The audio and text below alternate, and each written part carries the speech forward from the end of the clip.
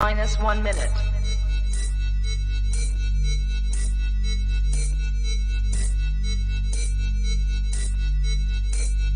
T minus 50 seconds.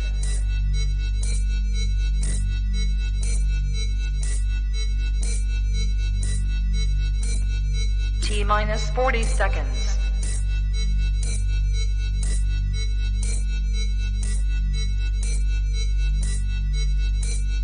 T minus 30 seconds.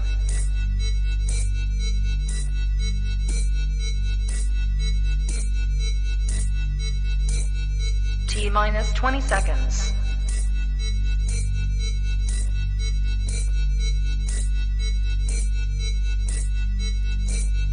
Ten, 9, 8, 7, 6, 5, 4, 3, 2, 1, 0. Anakin, I told you it would come to this. I was right. The Jedi are taking over.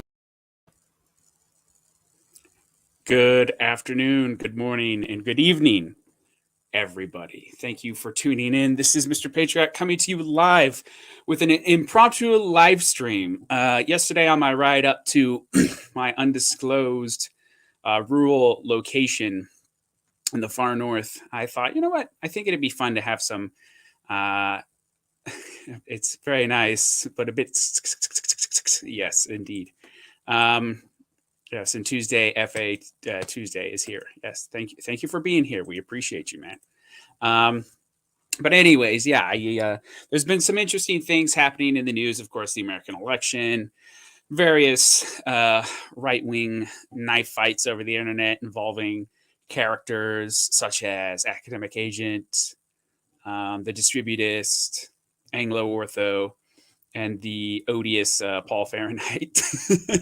And just some other general thoughts I have. First off, get the shilling out of the way. If you want to support the channel, links to do so can be found in the description below to Subscribestar and PayPal. Any cashola helps out your boy. If you got any super chats you want to send, those will, of course, be given priority. And thank you very much for being here, and we're going to have a fun time. Before we get started, Northern Man, is there anything you'd like to chill, sir? Please go check out my YouTube channel. I'll send a link to Patriarch to put it in the channel below, and I can also comment it down myself. And check out my Twitter. It's usually a stream of bullcrap, but it's a decent way to get a hold of me. Yes, that's basically the name of the game with all Twitter, right? You know, it's it's all a stream of bullcrap, but it's fun. And the main reason I do it, I mean, different people have different reasons for being on Twitter, but for me, it's, you know, talking to people I like, such as Northern Man or people in the AA sphere or Brother Augustine, so on and so forth. Or it's shilling my stuff, you know, like the things that I actually like making, so my YouTube. So, and for that reason, it's fine. And I'm not really interested, you know, in arguing with the libs or anything on Twitter. That's not what I'm about. And I don't think it'd work anyways. So, but yes, go check out Northern Man stuff. He's put out some really cool things on China. And do you have anything else planned coming down the pike? Any video ideas, bud? Yeah, so I already made a comment on one of your videos. I think it's just because of the birth of my book. I have a baby on the way and it keeps delaying plans, and it's late due, so that keeps pushing on my other plans back. But I do plan to make a video about personal devastation that I've experienced in the Northern working class community. And I also plan to do some follow-up videos to one of my more popular videos, which was about George Orwell's Road to Wigan Pier, because it's a good historical look at like what the way of life has been for the Northern English working class back in the 1940s. Very cool. That sounds awesome. Yes, and this is kind of an open forum stream, so I was just going to come on solo, but then I sent out invites to some friends. So yeah, Northern Man's here. Prudentialist may come on, and Anglo-Ortho as well. So Latest in the news, of course, is the the election, the election results for 2022. Northern Man, what's your take on that stuff? And does it even matter? Let's go with those two. So rough analysis and then implications. Yeah, so obviously like I haven't escaped the reaches of the Northern Anglo-Saxon island. I'm still in England, and so um, don't worry, my elections get gerrymandered anyway. But I didn't keep tabs on the US election, the midterms this time as much as I did when when the last Trump election, I still had a bit of faith in the system, and you could say that's a little like naive, and I feel a bit naive about it. But this time, after everything that happened in 2020, I was like, I don't trust media pundits on this. I'm expecting something dodgy to go on at the very least for what is expected to be a great win to not be a great win at all. And I didn't I wasn't, last time I used to sign into different sites, keep up with how the election's going. This time, I didn't even bother. I checked in once or twice. The results were basically what I was expecting. And the long-term implications, I'm not sure. There was a bit of it might be a bit silly to go look for white pills, but I do think that the election in Florida does set a precedent for if anybody's actually interested in trying to save American democracy, which I know a lot of people in our community aren't. At least that proves that you could do it if you wanted to. Yes. No, that was cool to see. DeSantis curb stomping the competition down there. It was nice to see. Yeah. So my feeling for the election was that I hoped, that the Dems would be utterly humiliated and embarrassed. But what I actually expected was something more like we saw in reality play out. So, Republicans get a narrow win in the House, the Senate, maybe they get like a 1-seat majority, or maybe it's kind of a tie. And it looks like that's basically what happened. And I was listening actually to Milo Yiannopoulos, of all people, on Tim Pool. And I don't really listen to Tim Pool. Like, I think he's kind of a sort of an outrage monger is sort of his stock and trade. He's like, oh my God, the Democrats, they want to start civil war, that's his whole thing. But Milo sort of made an interesting turn over the past couple of years, I'd say. And I haven't really been keeping up with him that much, but I think Stephen Carson, Radical Liberation, he shared a video in our group chat.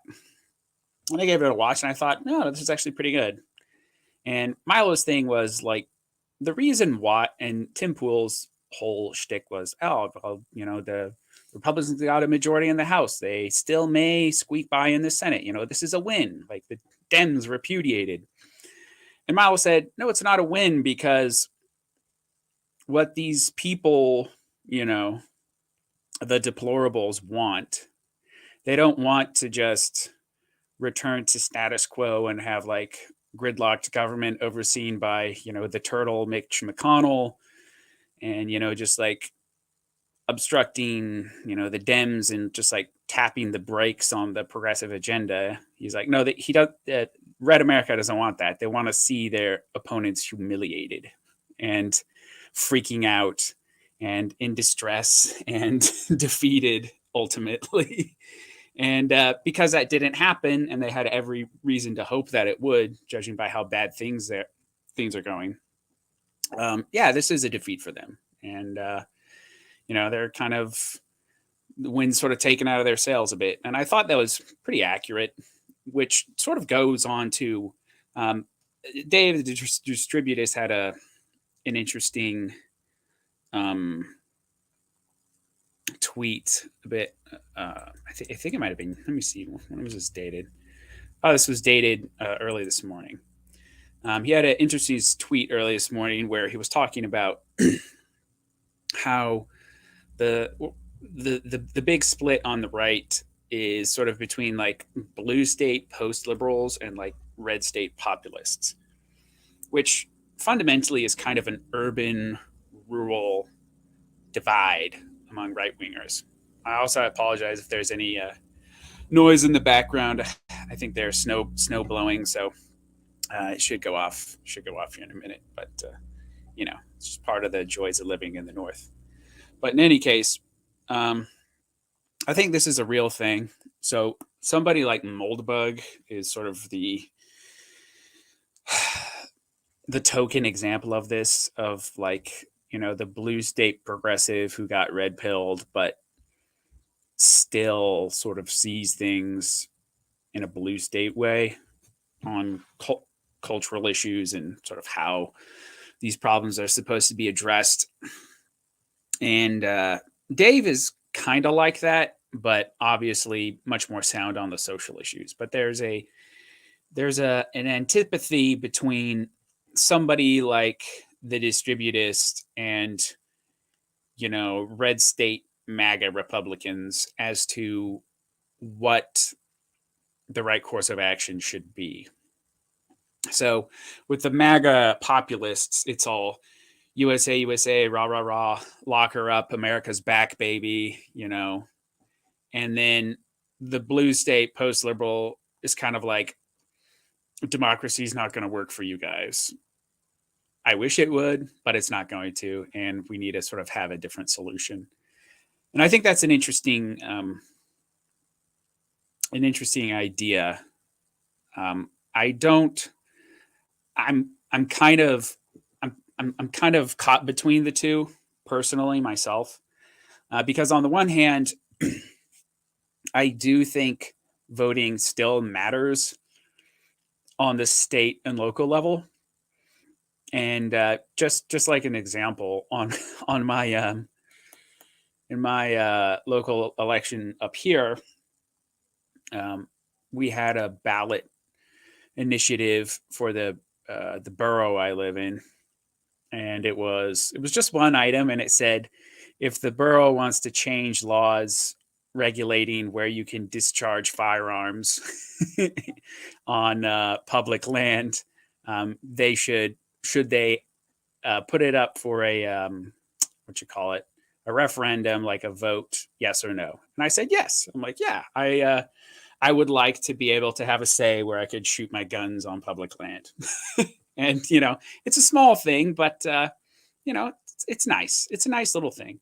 And then further up the list, you have other things like the governor, right? And the governor of the state, at least up here, does have quite a considerable amount of power and ability to, veto things that he doesn't like, push forward agendas which are good for the state. And our governor has done that. Governor Dunleavy. He's been a pretty good governor. He's DeSantis-ish or DeSanctimonious-ish. He's not like a rah-rah populist, but he's a solid guy who's got good principles. And I know someone who works with him pretty closely in a professional capacity. And he's like, yeah, no, the governor gets it. And he was also my principal and back in the past. So that's also kind of funny. So I have like a sentimental attachment to Governor Dunleavy, but he's a good guy. And also the state legislature, that's important as well. That's where legislation at the state level, resistance to the feds at the state level is created. Now, there are, of course, certain limits to this, right? So if you have the based state legislature, the based governor, and you're passing local ordinances, which are pro-freedom and, pro-America, that's all good, but there's a limit to how much that can affect things outside of your specific area. And I don't think it really can, other than giving, if it works and you're able to, sort of show other states the way, right? Sort of show Red America the way that, you just got to give a middle finger to Washington and manipulate procedural outcomes yourselves and, gerrymander as necessary and, not enforce these laws and ignore federal mandates as much as you can, then I think that is a positive thing. And it can help buy you time. It also build parallel power structures for what's to come in the future. But as far as elections at the national level, I do kind of agree that they're pointless. The system at the federal level, I think, is irredeemable.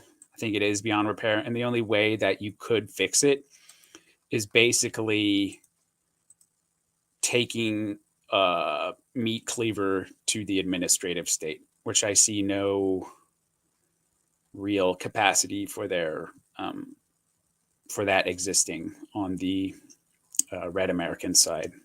But that's just my opinion. Northern Man, what's your takes? No, I'm not sure of the ins and outs of like small of the US structure outside of like the national elections. Obviously, I've got some basic understanding of state elections and stuff. I would put forward a preliminary point to say like you're a little bit more protected in places like Alaska because it's a place where it's very red-blooded America. You're not going to expect many blue state Democrats to bother moving there. It's freezing for a start, and they'll be surrounded by red blood Americans. Now, obviously, you could cut that down and say, like, well, these kind of things happened to the traditional South and to Texas, and I would recognize that. Equally, I was going to draw this a little bit back to England a little bit. You did see like the collapse of the Red Wall in the UK when traditional Labour didn't support like the socially conservative working class anymore, and so they moved away and became rather ignorantly, I think, they joined the Tories, which didn't help their position at all. But I agree with you to some extent. I wholeheartedly agree with you on the larger stage. The US, it's so difficult to look for a solution to what's happening to the US system at the largest macro scale, at the upper ends of echelons of power. I remember I was discussing this a little bit with my wife, and because she was a bit more interested, and she tends to follow a bit more. She tends to still follow people like Lauren Chen and Stephen Crowder. And I remember Lauren Chen talking up a point about DeSantis and we can get DeSantis to run for president. And I shot it down. And I was like, the problem here is not getting the right guy into power, because you could argue it a little bit, but we did that in 2016. There was a guy in power saying all the right things. He knew exactly where he stood on problems in terms of demographic replacement, in terms of the south border with Mexico, with exercising US economic power and backscaling the overabundance of military spending. And why we're in the same situation barely 2 years after his presidency ended. Like, everything that he did was destroyed. Anything that was long lasting or profitable for our side of the political sphere was undone. The only thing I like to joke about, the only thing long lasting that seems to have persisted from the Trump presidency to the Biden presidency is their attitudes to China, which is hilarious because it's China. one of the it's one of those things that I wouldn't have expected. I actually expected the Democrats to get in. If you don't know, I have a lot of experience with China. I tend to understand a bit more about how the Chinese government works and their long-term plans. And when the Biden administration got in, I really expected them to be like, why don't we be more amicable with the Chinese and repair that relationship? Because it was profitable for the Democrats. And no, they're proceeding with the hostile relationship, which is interesting. That's all.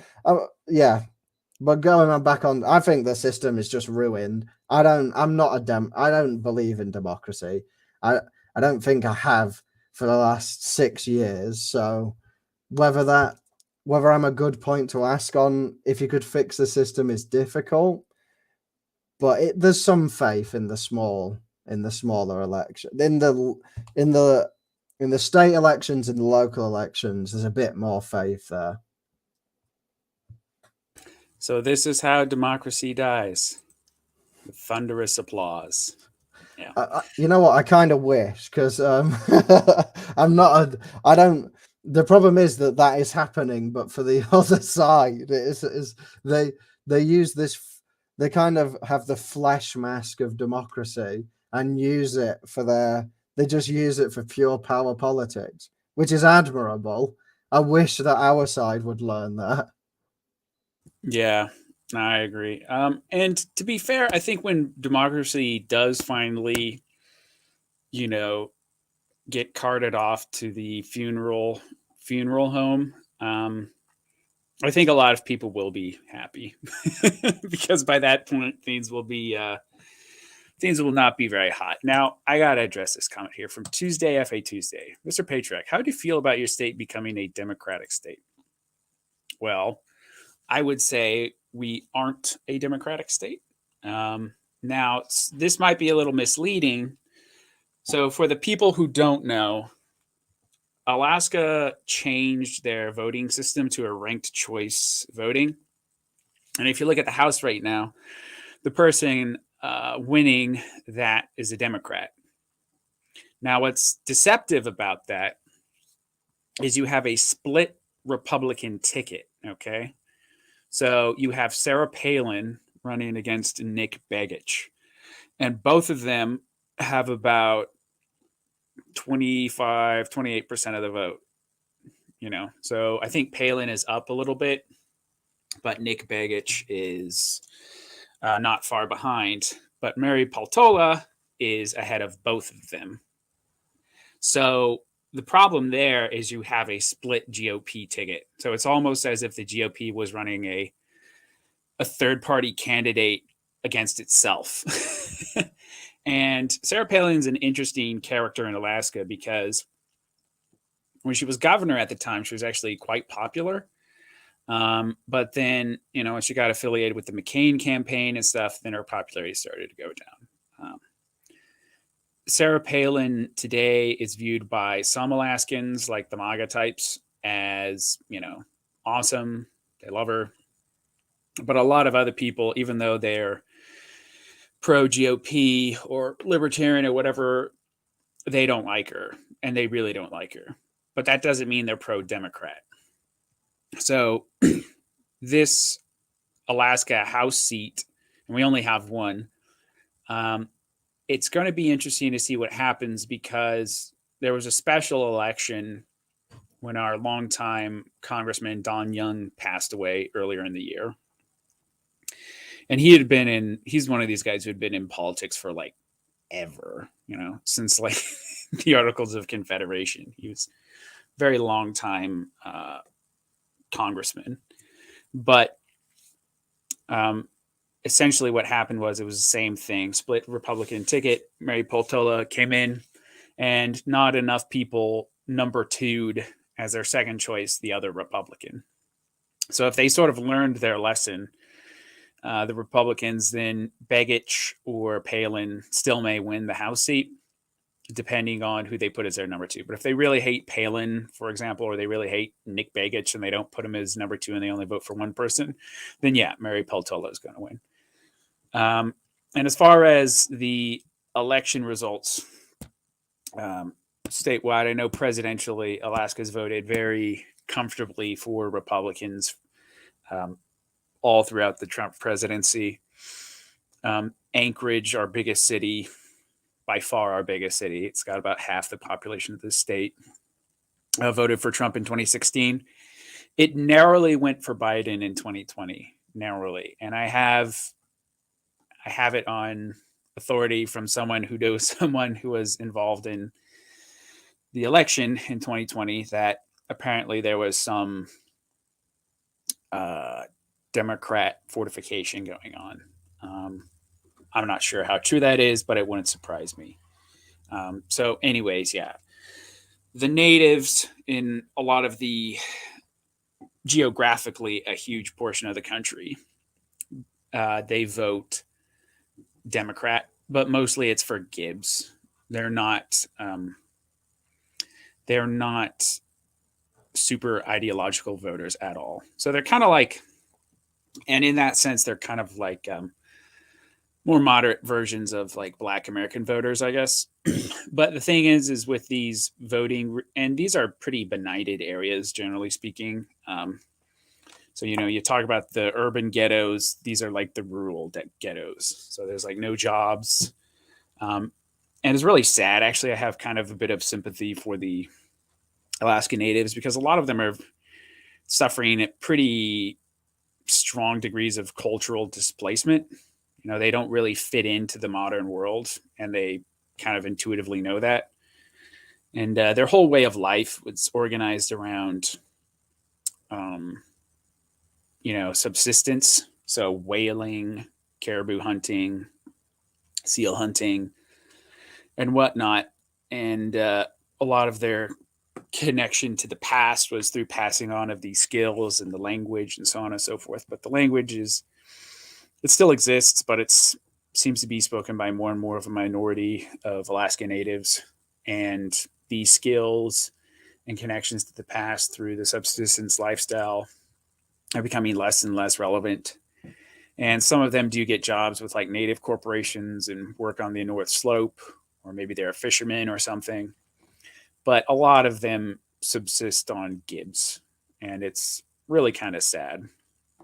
And even though, and these are like massive territories we're talking about. So like the Yukon-Kobuk census area of Alaska is about the same size as Montana. Okay. And if you know your American geography, and Montana is a very big state, but the population of that area up here is about 5,500 people. So like the population of a pretty small sized town for an area as big as Montana. So they don't, electorally speaking, if these areas vote blue, it really doesn't matter. What matters is the Mat-Su Borough, Anchorage, Fairbanks, and Juneau, and that's it. So, but anyways, going down through the comments here. Here we go. Yeah. So what happened to the Indians is now being done to the historic American nation. Yeah, I think that's actually true. You have that sort of cultural displacement that I was talking about that the natives went through. I think that is happening to a lot of red America, in these flyover states. Yeah.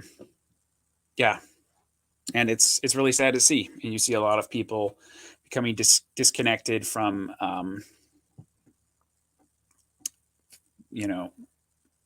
faith. Their family moves away, and the land that they used to live on can't support them anymore. And it's sad. Dems are increasing their hold in U.S. cities, glow in the dark. It was becoming more urban by the year. GOP in most states is doomed to have reds become purple and then blue. Maybe. I'm not sure if that's inevitable, though, because if you look at a state like Florida, it is a highly urbanized state, right? So you got Miami, Tampa, Orlando.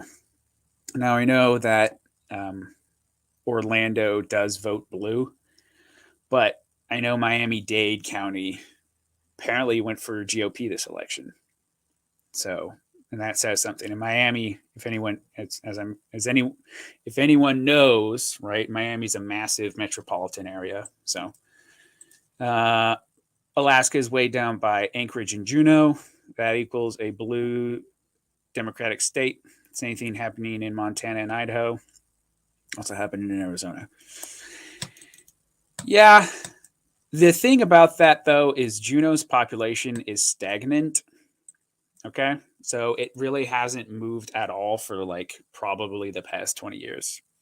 It's has about 35,000 people, and it's sort of capped at that.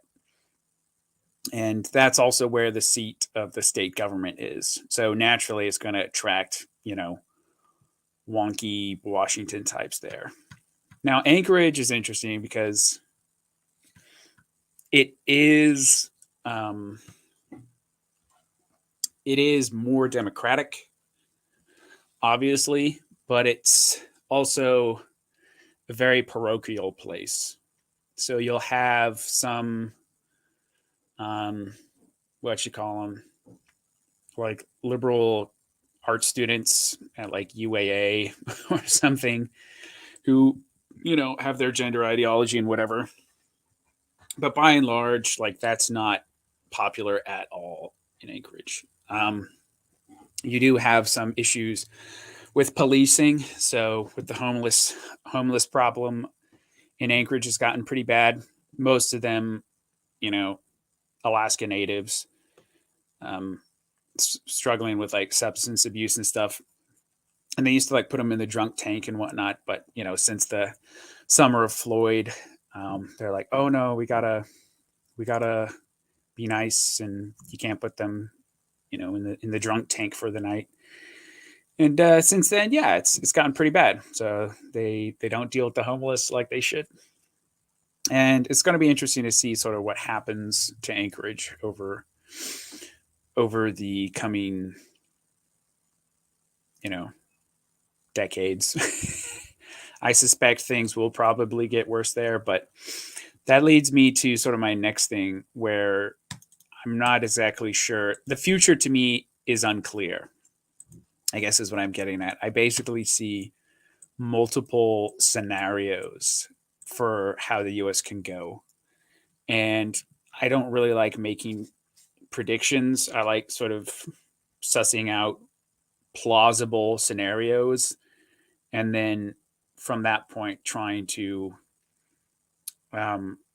prepare for whichever the worst one's going to be, and then hoping for the better ones. But yeah, now before I feel like I've been talking on for a little bit. Who's Turley? Scroto, whatever. Steve Turley, the Shill Master. Yes, Dr. Steve here. All right, gang, let's get in. Dr. Steve here. He's big time Shill Master. But Northern Man, what are the various? Let's talk about your part of the pond a little bit. We've been talking about America at length. No, please don't. No, What? It's more blackpilling if you come this side. Well, let's talk about scenarios. Okay, so I'll talk about the U.S. a little bit, and then we'll talk about the UK and sort of do a little compare and contrast and see who's in the better situation. Mm-hmm. So basically, for the United States, I see 4 to 5 plausible scenarios. Now, I am not saying any one of these are likely. I just sort of see these 4 or 5 outcomes as the most likely things to happen. Okay. So the first one, and the most optimistic one, is what I call the America's Back Baby scenario. So that is, you get, a Trump or somebody like him back in office, and this time he actually takes, the proverbial meat cleaver to the administrative state. He rigs things as far as he can to the extent of the law. He manipulates the procedural outcomes. He, fires everybody. And then you're able from that point to sort of have America kind of put chart a more sensible course into the future. That's the most optimistic scenario. And again, these scenarios, I'm not saying they're likely or not. I'm just saying potential possibilities. So that's one. So the America's back, baby. That one. The next one I see is the long decline, right? So that's basically America becoming more and more dysfunctional, more and more like Brazil.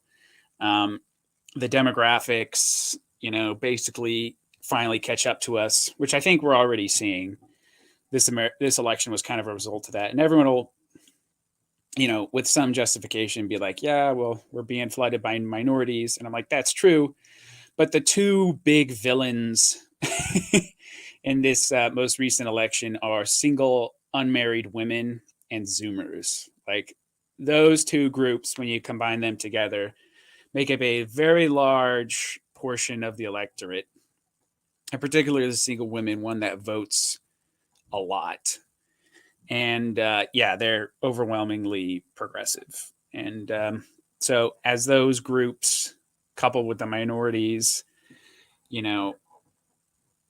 gain more control, America basically becomes a single party state in one to three national elections, which I do think is likely, unless you have the America's back scenario play out. And then at that point, it's just sort of slow decline, and things just get bad and peter along, and it's going to be fairly rough for like the next 20 to 30 years, basically. So that's the other scenario, the long decline.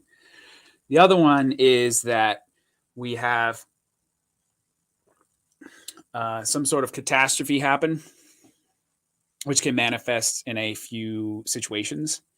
So you have like economic collapse, and maybe the Russia-Ukraine war totally goes Russia's way, and the feds lose face and blah blah blah. Or maybe on a variation on a theme in the America's back scenario, let's say a Trump does go for it, so to speak, but then he's foiled, by basically intervention of the deep state overtly. And it's sort of mask off, and we have kind of a leftist progressive tyranny at that point. So that's sort of the globalists win scenario, right? Where America tries to throw off the shackles of progressivism, or there's a catastrophe and they try to offer an alternative, and they're just finally quashed by globo homo. So that's the other option. Globo homo triumphant. Globo homo strikes back, basically. So that's number 3. The fourth option is balkanization, where you have, again, in the wake of probably a catastrophe or long decline and catastrophe, America basically breaks up, either de facto or de jure, right? Where these states seize more and more power for themselves, right? DeSantis and the South and chunks of the Midwest and hopefully Alaska, one can hope, basically say this isn't working anymore and we need to go our separate ways. And you have either in reality or, I'm sorry, de facto or de jure, this sort of national divorce happen. And they either break off and form their own country, or basically in the long decline, the federal government is less and less able to enforce its authority, and states basically just start flaunting whatever is coming out of Washington. And then the last scenario is the rise of the right, where you have, again, in a probably a catastrophe, a strongman rise up. And this is what, what's his name? Charles Haywood, describes like or Michael Anton call like the Red Caesar, right? So the regime splutters along, it's incompetent, it's bumbling, we have a catastrophe, and then cometh the hour, cometh the man, Red Caesar steps in and rights the ship. And then we're living at that point in a truly new, uncharted reality that America hasn't really had before, where it's shrugged off the Constitution and, is basically an explicit empire at that point. And what sort of happens in that scenario is anyone's guess. I expect it would be better than what we have now, but I don't know. So yeah, those are sort of the 5 scenarios I see for the United States playing out. So long decline, like I said, Globo Homo wins, or the deep state strikes back for number 2. Number 3, the America's back. Number 4, balkanization, and number 5, the rise of Caesar.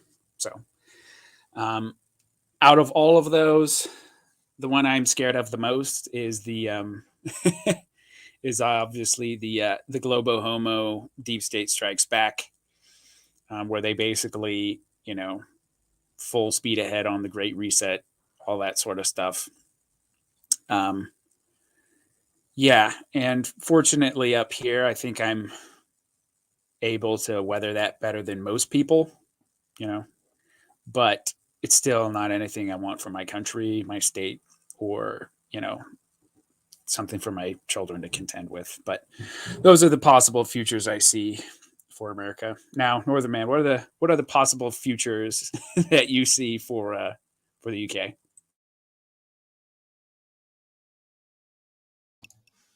Yeah, sorry about that. So I made mine a little bit simpler than yours, because I think that you have way less options.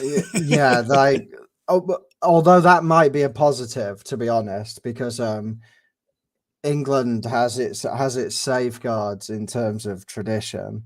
But I narrowed it down to 3 basic options, which I call, well, for the purpose of this, I'll call democratic, a non-democratic, and replacement. And the first one is that we can vote our way out of this problem. Now, this may sound ridiculous, but I've heard it said before countless times in our sphere, including by such esteemed and venerable names as Charlemagne, that the British democratic system does have more hope in it than the American one. Granted, we do have to suffer through things like Rishi Sunak, and that is part of the system.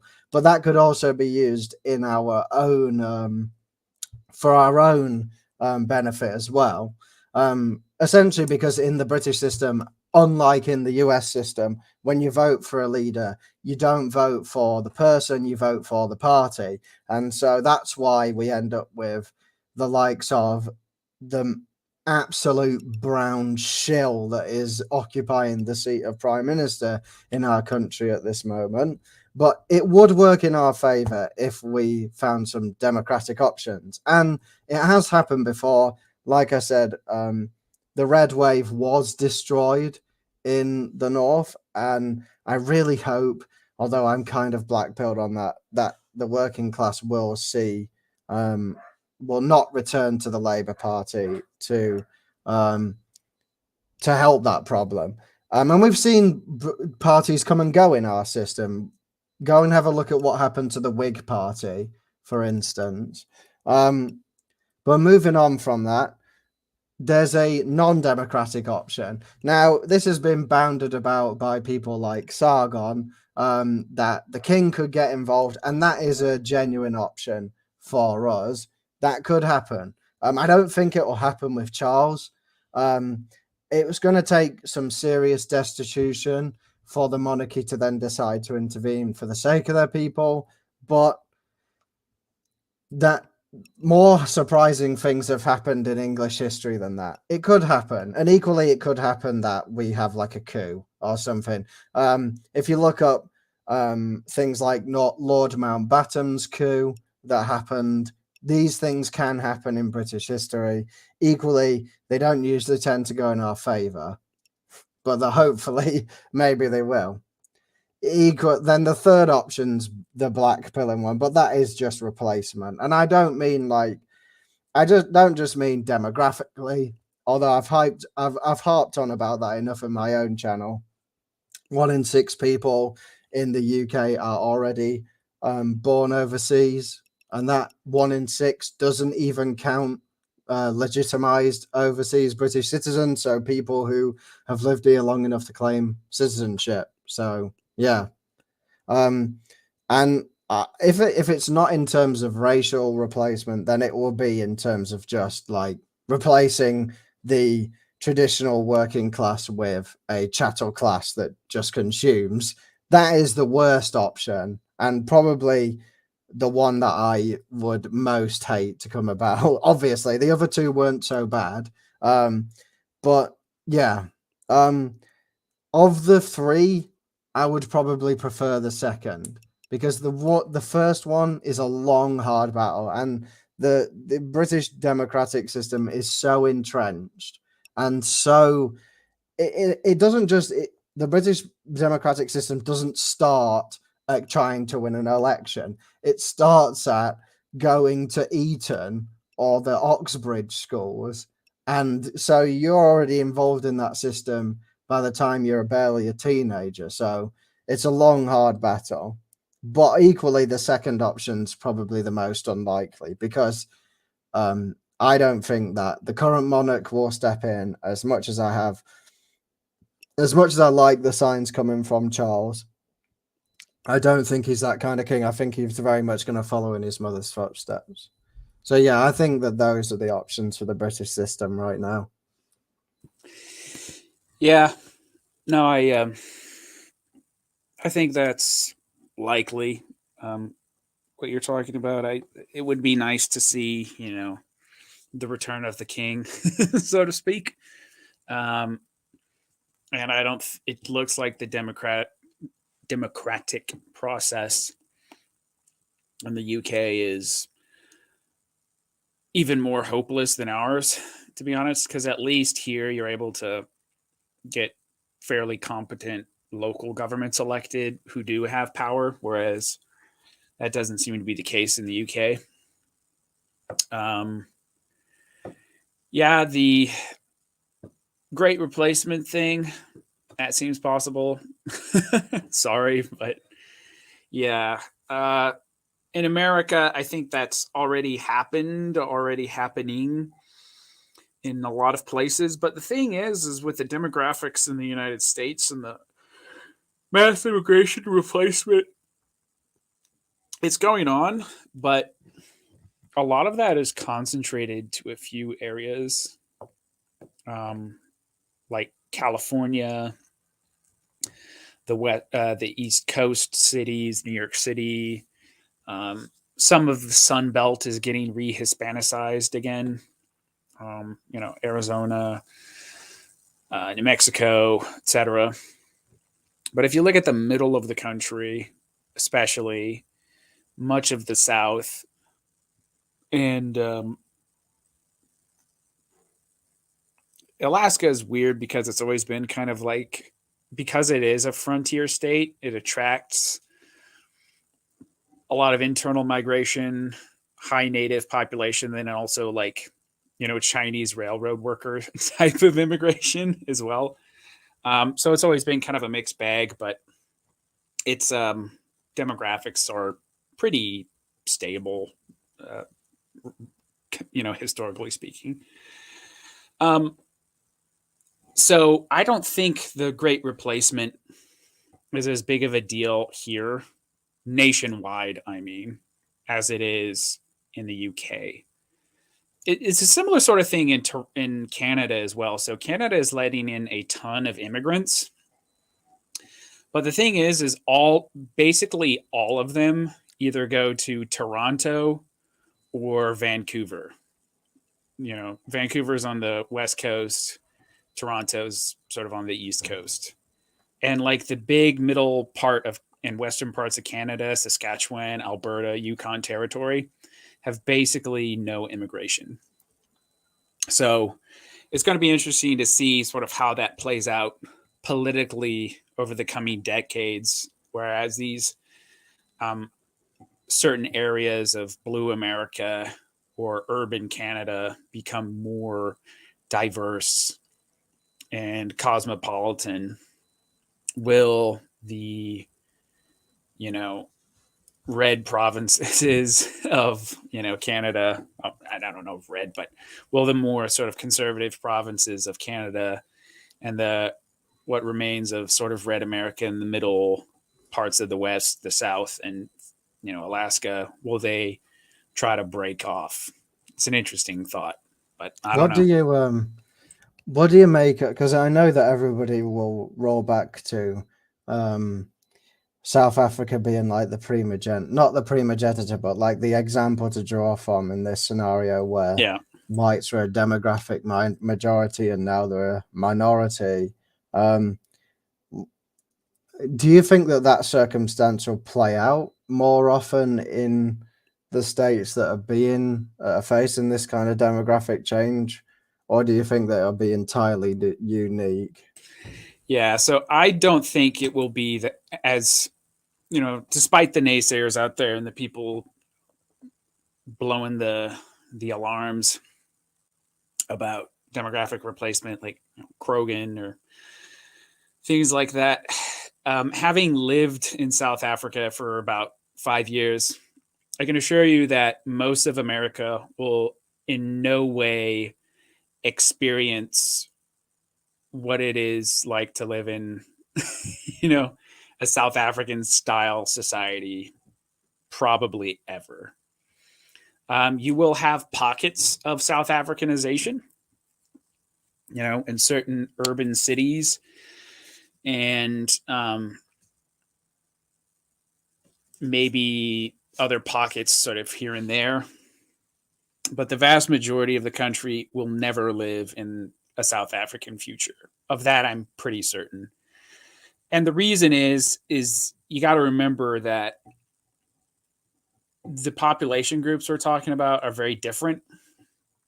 So in South Africa, about 80% of the country are undereducated, largely skillless Bantus, right? 80% of the country who are now trying to inherited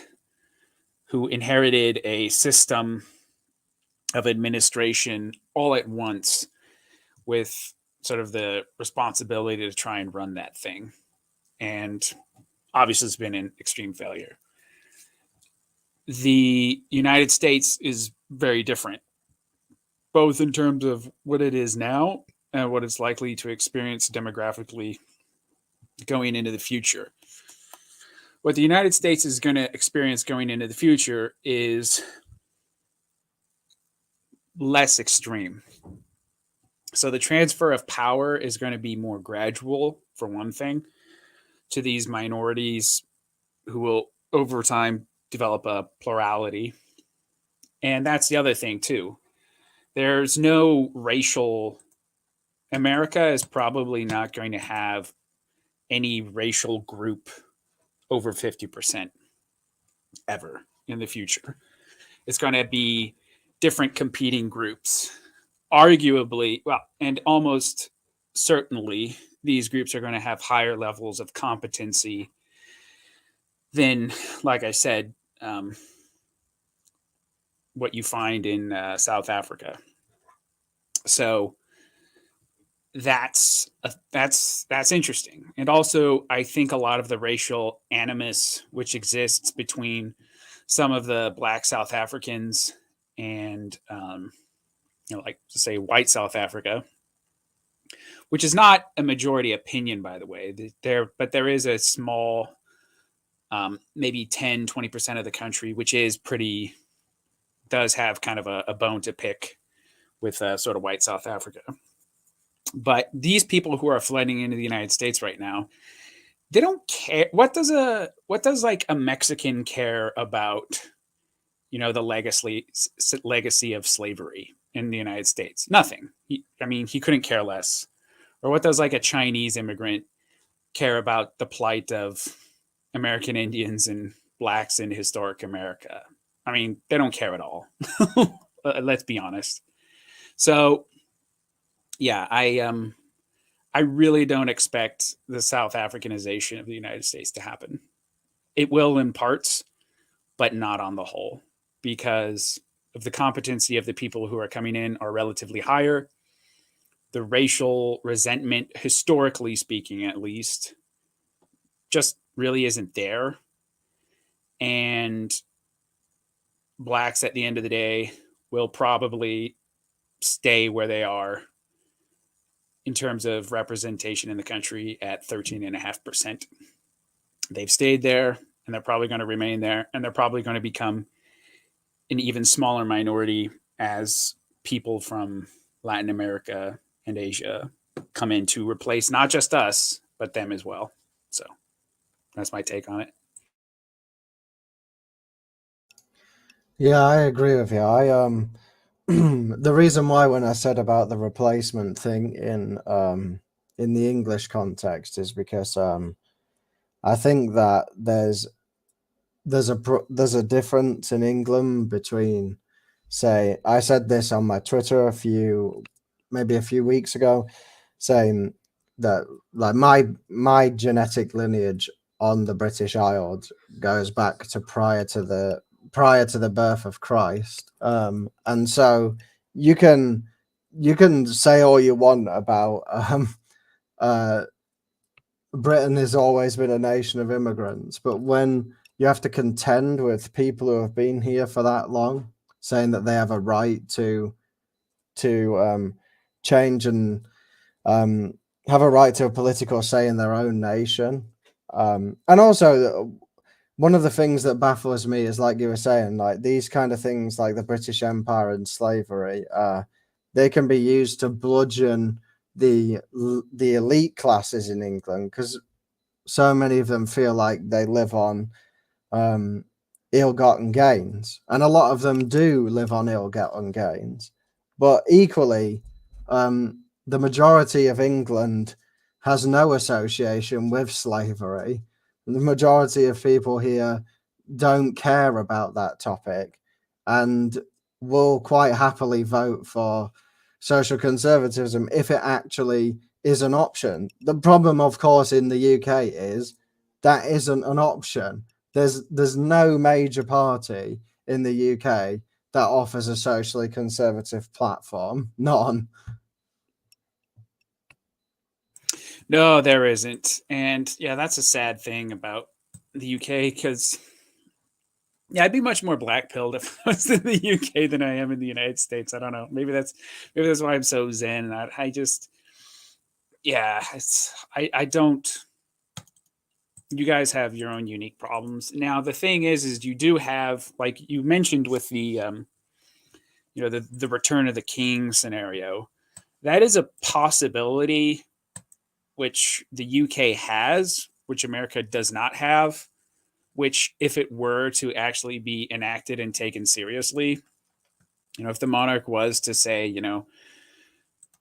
I'm dissolving parliament and, I am seizing power, I think, especially in a crisis, most of the UK public would be very much behind that. We don't really have that sort of institution or mechanism in the United States. So I think that that solution is much more within your grasp to do and to be pulled off effectively. But the lack of will among the monarchy itself to do that sort of thing is the problem. So Absolutely. I think you hit the nail on the head there. Like, I think the difference is in the UK, which is, you say it's blackpilling, but I think there's a tiny bit more hope in the UK, is that the very highest echelon of elite, the king, does not live in utter contempt of his own people.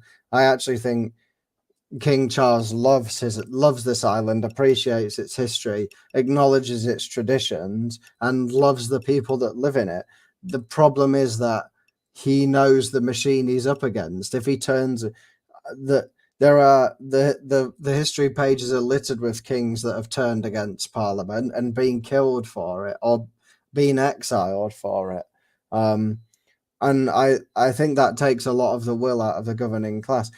But going back to my original point, the differences in the US is that most of the elite are absolutely utter contempt for just the average American guy, the guy who like loves to wave his flag around and talk about how great America is. The elites hate that. They despise that.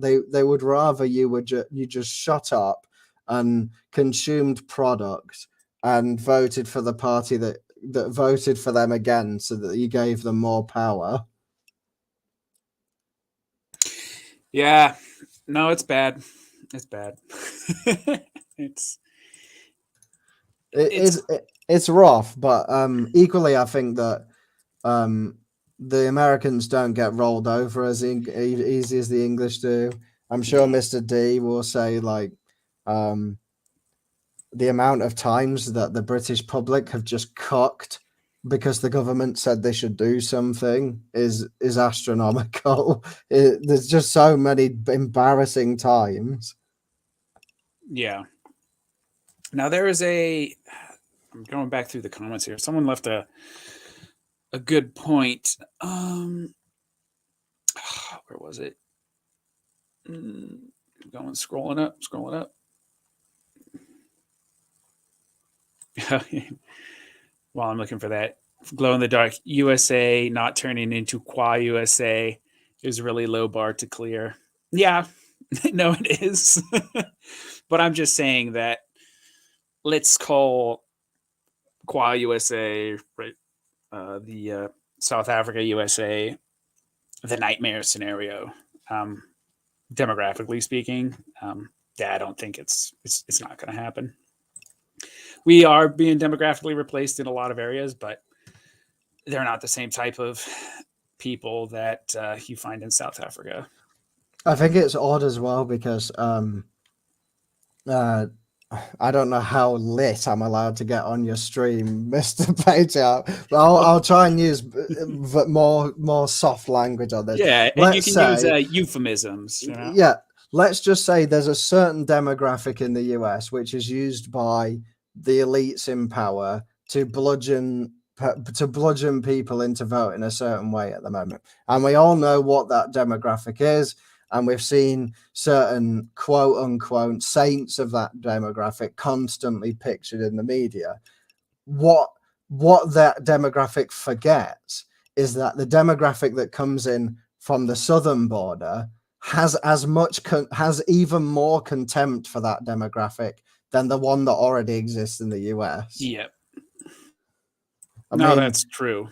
The type of people that the elites in power are allowing into the US to replace the people that live there do not like those people. They don't like the 1252. Is that you just look at the way that they're treated in majority Latino neighborhoods, and like you would have thought that they would realize that importing these people is far more suicidal for them than it is for the whites. Yeah, and to be clear, when asked about immigration, this say basketball Americans, they are very much against immigration to the United States. They are not cool with it. They don't like it because they are the demographic who competes most with immigrants for labor, for jobs, for housing. And if you look at an area which was, like a very notorious but well-known black neighborhood in LA, Compton, right? Straight out of Compton, all that sort of thing. Well, the blacks who live there have at this point been ethnically displaced by Hispanics. Compton's a Latino neighborhood now. And the people on the ground there, they don't like it. So and the people coming in don't necessarily like the people who are already there, so it's a real thing. And there's been I listened to this interesting interview. I think it's a podcast called Our Interesting Times with Tim Kelly. And he was interviewing a guy from Los Angeles, and they were talking about the internal political dynamics in LA. Right. And this is kind of interesting because LA is like a snapshot of what a lot of, purple America is going to look like in the future in terms of group dynamics and politics, and sort of how people struggle for power in a one-party democratic state. And there was an incident a while ago, maybe about a month ago, where there was I think it was a Mexican city councilwoman who was basically using unflattering language to describe two certain groups within Los Angeles. And she, this was made public. She had to apologize and then resign. But to hear the person talking about it say it, he's like, oh yeah, no, this is very common. And if you look at the politics of Los Angeles, Latinos by far make up the largest group in LA nowadays, but they're basically being gerrymandered out of power by a coalition of small hats and I was gonna say, when you're dangerous territory there. Yeah, by a coalition of small hats and let's say African Americans.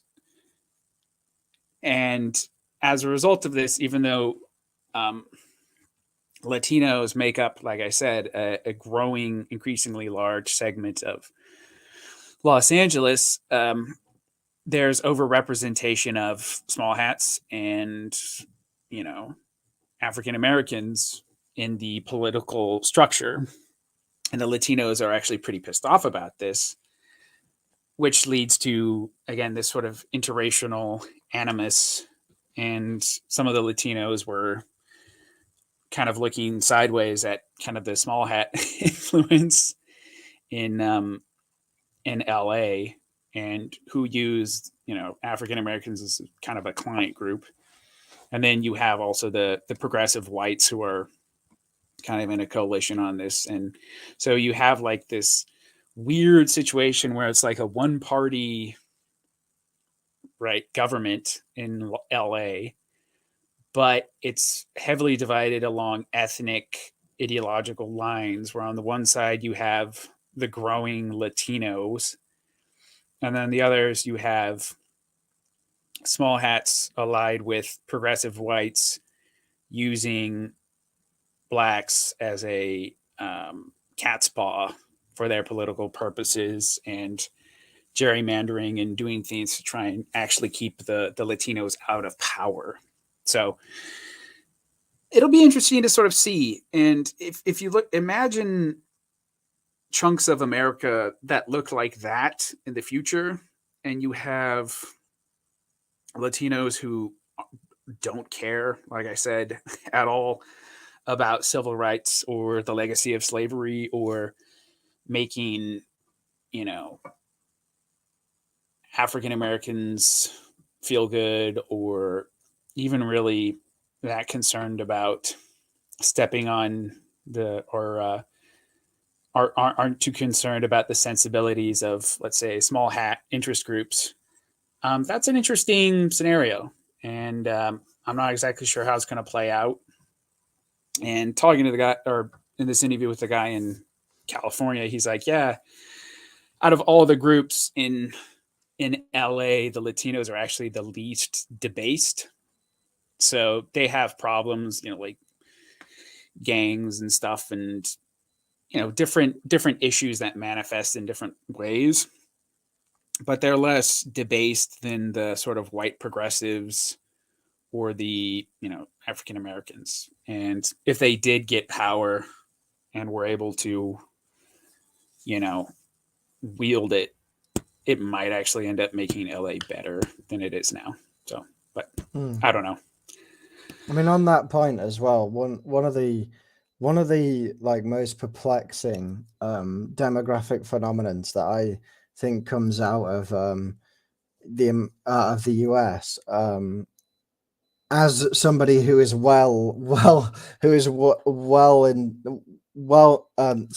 someone who's quite knowledgeable on Asians and their culture, and I mean Southeast Asians. We're talking about Chinese, Korean, Japanese, and to a lesser extent the neighbors in Vietnam and etc. They're voting. The way that they vote is so ridiculous compared to what you know about their culture and their social values, because it doesn't take much of a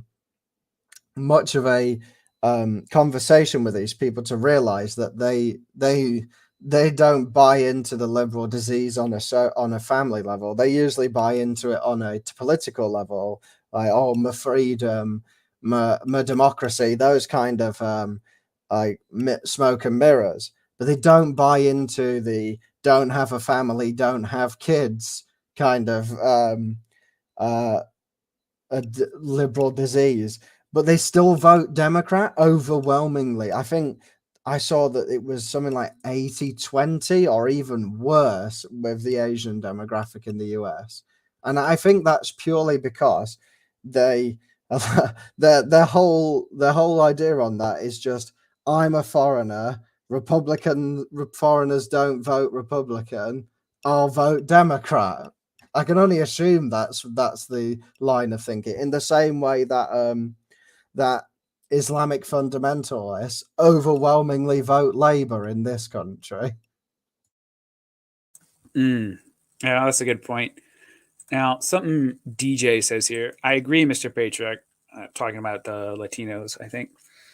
But I think the success of globalist modern America is the system's ability to take second and third generation immigrants and turn them into anti-white libs.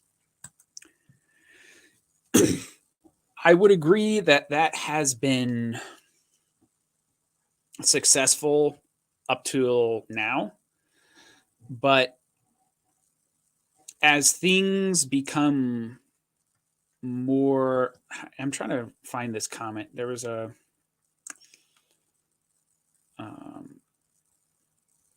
good point earlier on that I wanted to address. Should have been a super chat, or preferably a super fat, and then I could have pulled it up right away, But what was it? Okay, I think I'm getting close to it. This is great. This is great radio. Power Unlimited Power. Okay. Here we go. There we go. He's found it. I found it. Okay. So, Steve, long, slow decline is where it's going. The complex systems, physical and managerial, that hold the country together will be harder and harder to maintain. So I want to pair this comment with what you said about the system's ability to turn second and third generation immigrants into anti-white progressives. I think what Steve is talking about is correct. Now, in an environment like this, where complex systems are breaking down, where essentials for life are getting more expensive, where whites, at least in places where minorities move to, right? So not necessarily middle America, but, California, New York, etc., the Sun Belt, where places where whites move to are an increasingly irrelevant demographic, and where you're going to see more inter-ethnic conflict coming between specifically, urban blacks and Latinos, for example, is the system's ability to turn them into progressives going to be able to maintain itself? I think that's an open question. I'm not sure in the decline scenario where things are breaking down and, immigration isn't stopping, is the ability to turn these people into progressives going to carry on into perpetuity? I'm not so sure, because and let's say they do. Let's say they are able to turn half. Let's say half of second and third generation Latinos into progressives, right? That still leaves 50% who aren't progressives, and also the fire hose of new immigrants coming in every year who haven't been acculturated. So I think you may get a situation where there's going to be a critical mass of basically a failure of the regime to integrate these people into their ideology at a certain point. So, and what that means is they're going to turn America into they're going to turn the United States into Latin America faster than the United States is able to turn Latin Americans into progressives, if that makes sense. And I think that's a real possibility. So, yeah, will the regime be able to turn Latin Americans into America faster than Latin Americans are able to turn the U.S. into Latin America? I think that's an open question, particularly given like I said, the complex systems breaking down and the inevitable financial crises we're going to sort of see going on in the future. And another point I wanted to sort of address in this future with balkanization as a potential outcome, what's the regime going to do about it? Whoever that regime's going to be. So if it's Red Caesar, right? If it's sort of the increasingly sclerotic, federal government,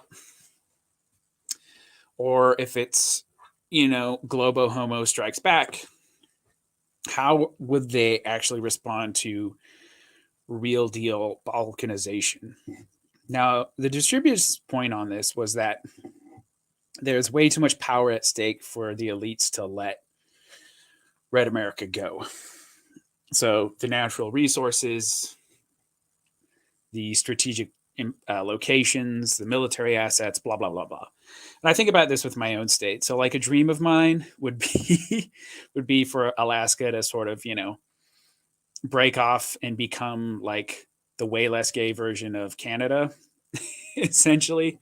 And, just sort of rule itself, have self-determination, manage its assets, create these enormous, hordes of reindeer as livestock, and, exploit the fishing and the oil, and it would be great. It would be awesome. But I see a comment like this, and I'm reminded of the reality that, 40% of the fish the United States gets comes from Alaska. I'm reminded of the fact that Alaska has huge untapped reserves of oil, which the federal government has set aside specifically to drill as a military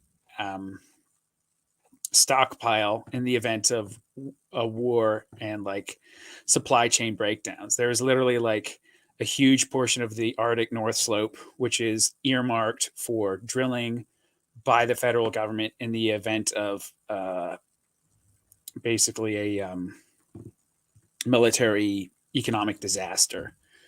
I'm also reminded of the fact that all the United States Pacific early warning systems, radar emplacements, tracking of ballistic nuclear missiles from Asia or Russia, and indeed are placed here, in addition to, vast fighter squadrons. We got like an F-22 squadrons up here. We have large military base.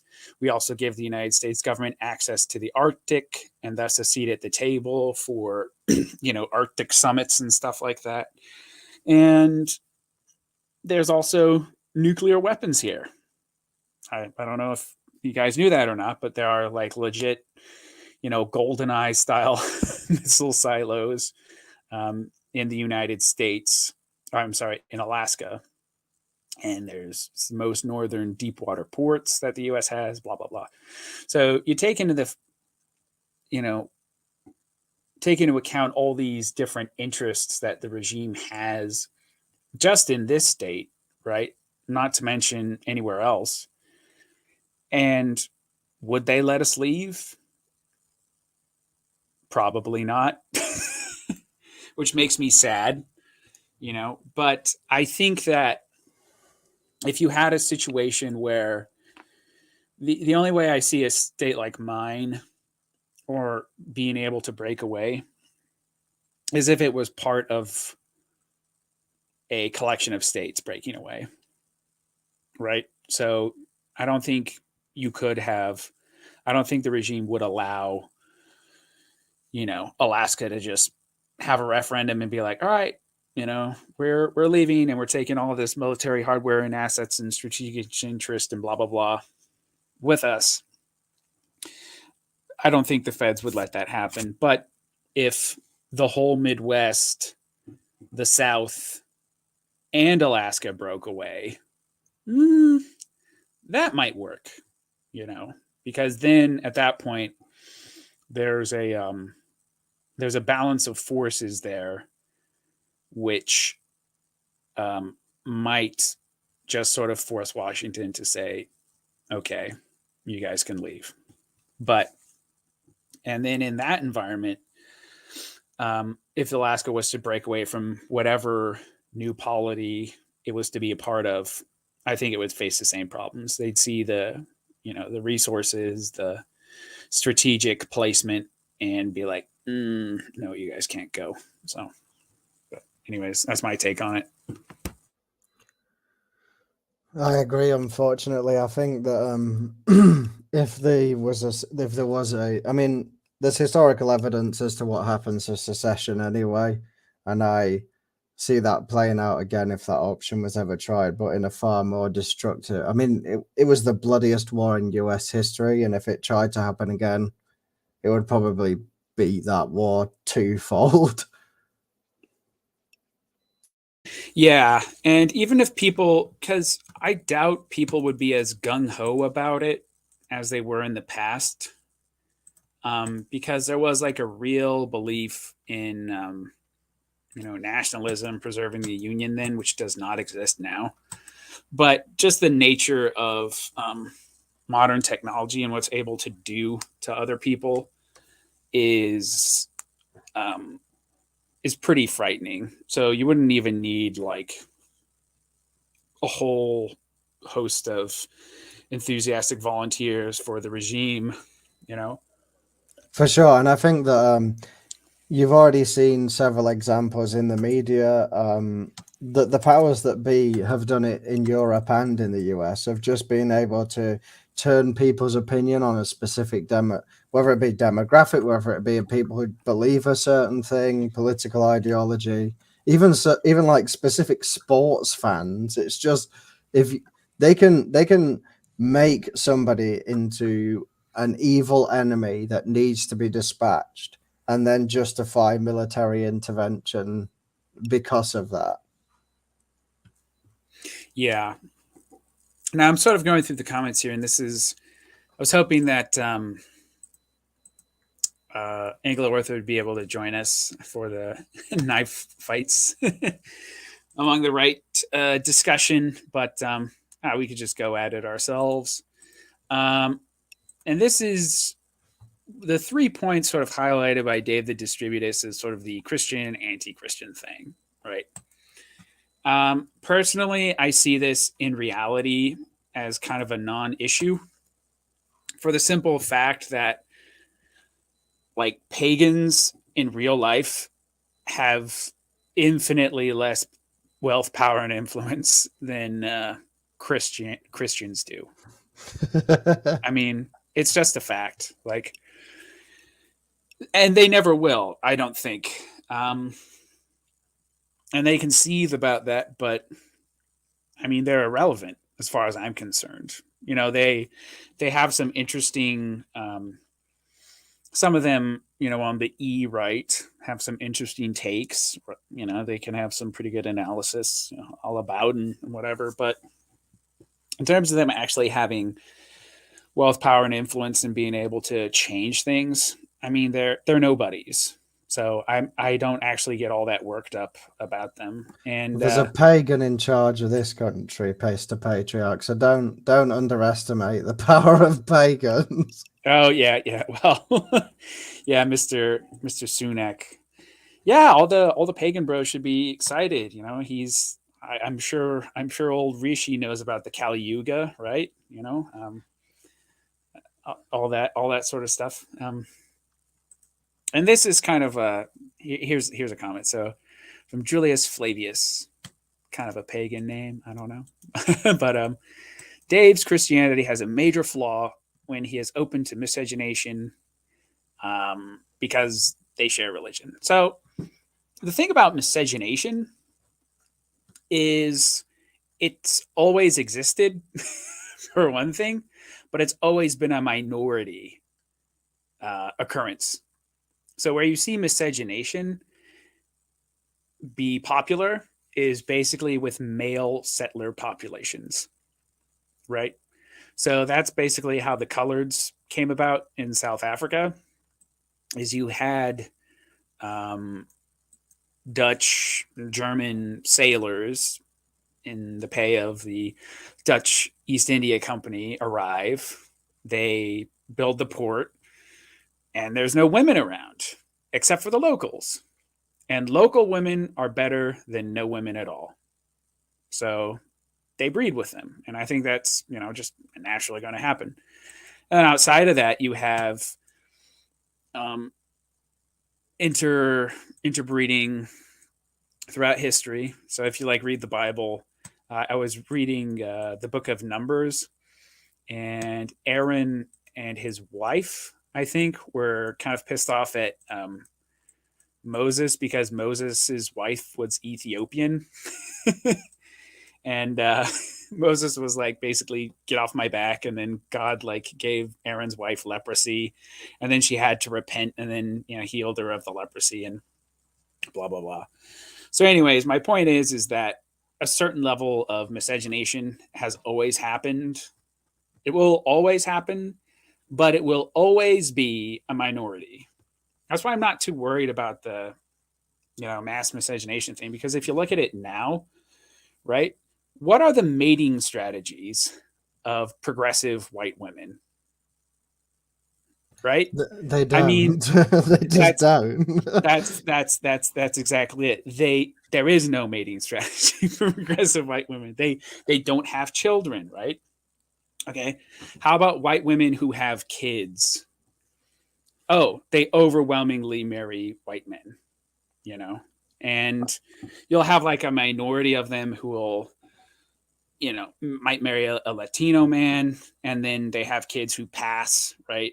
Who pass as white, like Pedro Gonzalez, right? His kids, I mean, if you looked at them, they're kind of, for all intents and purposes, white kids. And you'll have a very small sliver of women, you know, reproduce with like Black Americans. So long story short, you know, people who have kids of European extraction overwhelmingly have kids of European extraction. So I don't really see the big deal about blowing the horn against miscegenation, just because, like the revealed preference of actual people in meat space is that they tend to marry within the group. Simple as, you know. The And you'll biggest have white pill I've had in the last year is in the summer I visited France. I know that's not particularly a white pill as an Englishman, but I went to Latin Mass in France because I was like, well, heck, I'm not going to understand Mass in French anyway, so I might as well go to Latin Mass.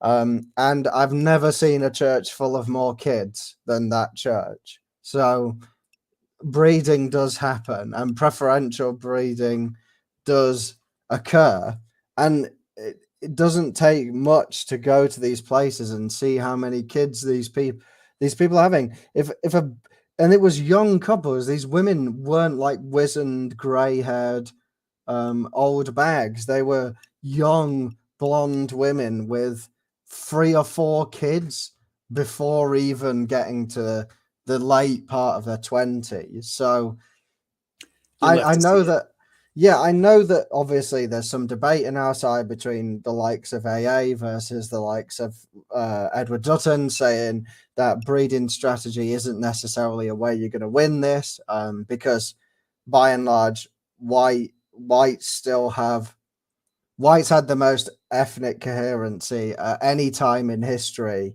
prior to the rise of the liberal disease, and it still rose in the white communities. So breeding might not necessarily be an option, but if a family of trad calves is having nearly, like, just working on those numbers, they're going to be having double-digit kids before they're unable to give birth anymore. That is a serious amount of children with very based inset beliefs, and this is before they've even gone out into the world. Indeed. There was a and yeah, so Kit Spiken, $50 a month on Superfans is not a successful means to procreate. Indeed not. There was a cool lecture I heard a while ago by I may have mentioned it before, but it was an American sociologist named Rodney Stark, and he was talking about demographic trends in Europe and America. And he was like, yeah, if you look at the trends, generally speaking, they're down, right? Undisputably. But if you break down and look at the people who are having kids, the only people who are having above replacement levels of fertility are in the West, and in the the West broadly, are people who regularly attend church services at least once a month and who are married. And they have a healthy fertility rate. So he said it's going to be sort of interesting to see, in the coming decades or over the next century, how this effect is going to play out. Just because, and particularly as the regime loses control of these complex systems, and its ability to basically ideologically program everybody to be shit libs is kind of comes into question in that sort of environment where, progressives just don't have families. I mean, they really don't. And Christians do, and they're a growing portion of the population, while at the same time, the regime potentially loses its ability to indoctrinate these people.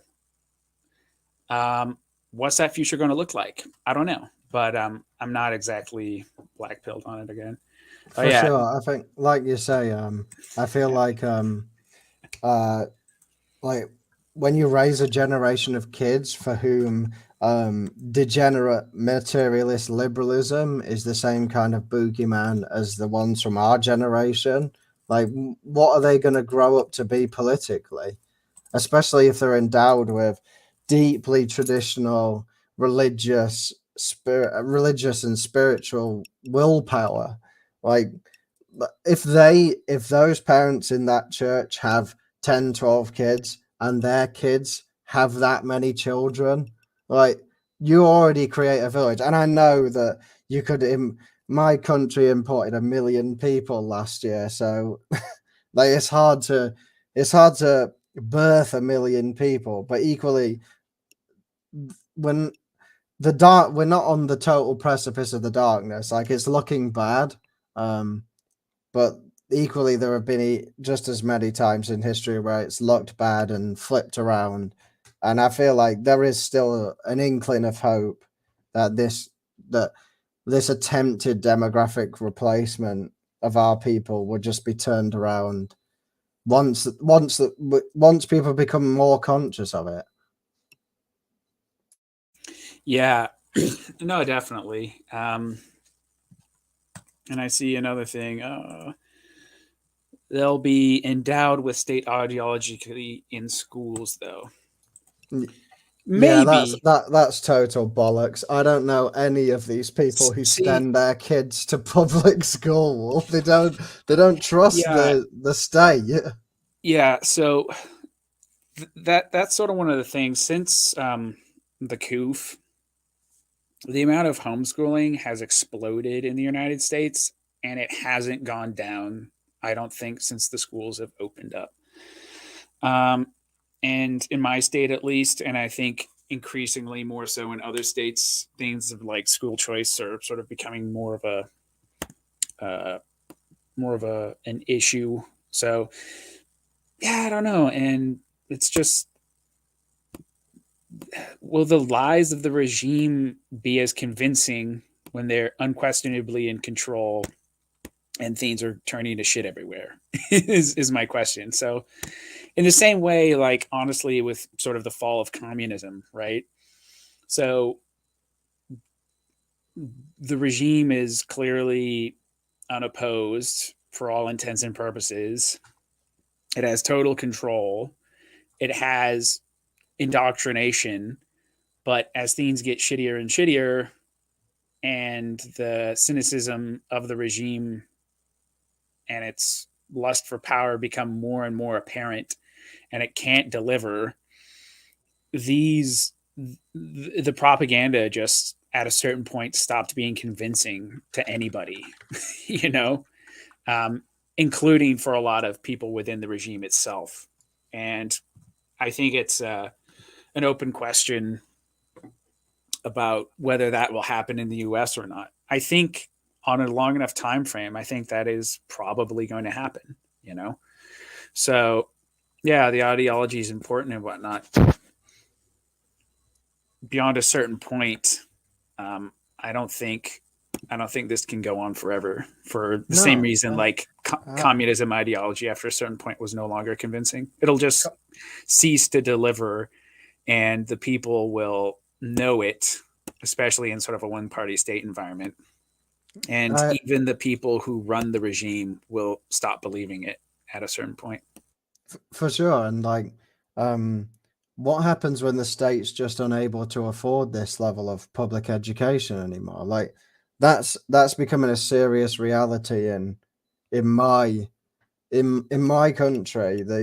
We can't even afford the NHS anymore. And recent statistics show that post-COVID, the British people, well, actually not English, it is English, not British. English and Welsh people have the worst access to healthcare in the entirety of Europe. Like, how? And you're telling me the system is going to keep piping people with the RNHS line when they're paying for the worst service in Europe?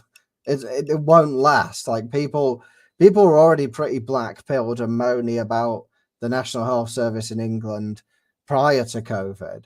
Now that it's just in the absolute state that it is, like, what's the justification to keep?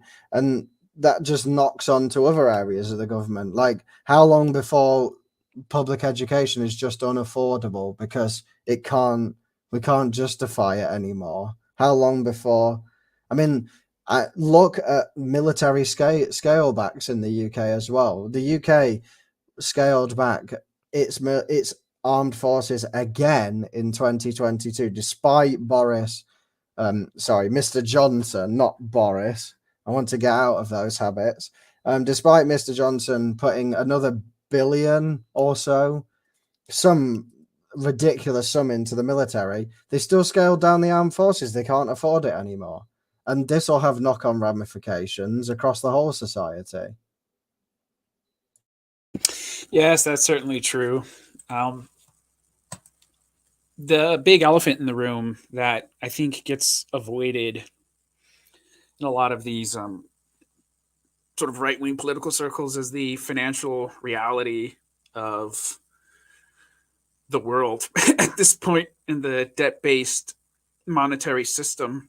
I think Dan is right that we are very likely over the next 20 years to see a massive shock to that system as the debt becomes increasingly unable to be paid and confidence in the financial markets just evaporates.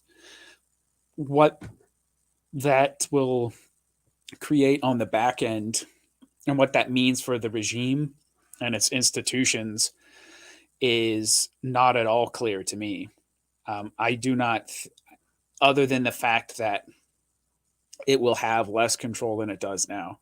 But I don't think that the mistake a lot of people make is assuming that current trends will continue indefinitely, when that's just simply not the case.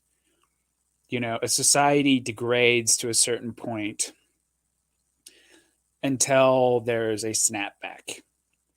Now, it may collapse and turn into something new, but that is often that society often possesses more virtue and vitality than the previous regime or the previous dispensation, let's call it.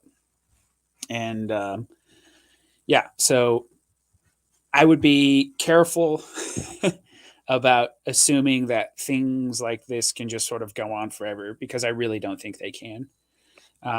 And at this point where Globo Homo does maybe have world domination and whatnot, I'll be reading the book of Revelation and be like, all right, Lord, is this like the end times?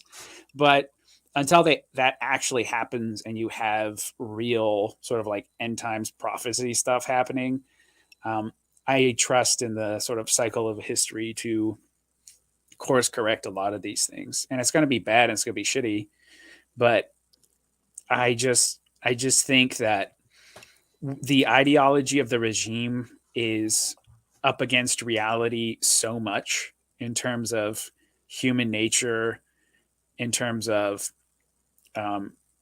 what money is and how you can use it and how you should use it, and the costs of engaging in certain fiscal practices that sooner or later, even if they want to, like put us in the pod and make us eat the bugs, the wheels on the system will just fall off. So yeah, a few facts for that, fairly obvious ones, like just during Kwarteng, so during Liz Truss's prime ministership, the UK government lost over £1 trillion in pensions. So that's going to have ramifications eventually. I mean, the boomer generation is pretty much now retirement age, and they're going to want to live on that, which has just been pissed away. Yep. And that's going to have ramifications as well for the people who have to look after them if they don't have a pension, which will be on the younger generations. And I had another thought. I lost it. Maybe I'll come back to it. But like you said, Patriarch, that they're up against reality. That was another one. Just the UK's incessant need to try and move to greener energy. It's just taking us back to the dark ages. Like, people now can't afford to heat their own homes, despite the fact that there is an absolute abundance of coal in this nation. You're not allowed to burn it to stay warm because you may rouse the boogeyman of climate change. And I don't know how the British, I don't know how long they'll tolerate it for. Obviously, I have swings and roundabouts on. I have. I don't know whether that will get better or worse because, like, every British person knows that they cooked for COVID. How long they'll cook for being freezing and shivering cold in their own homes, it's debatable. Yeah.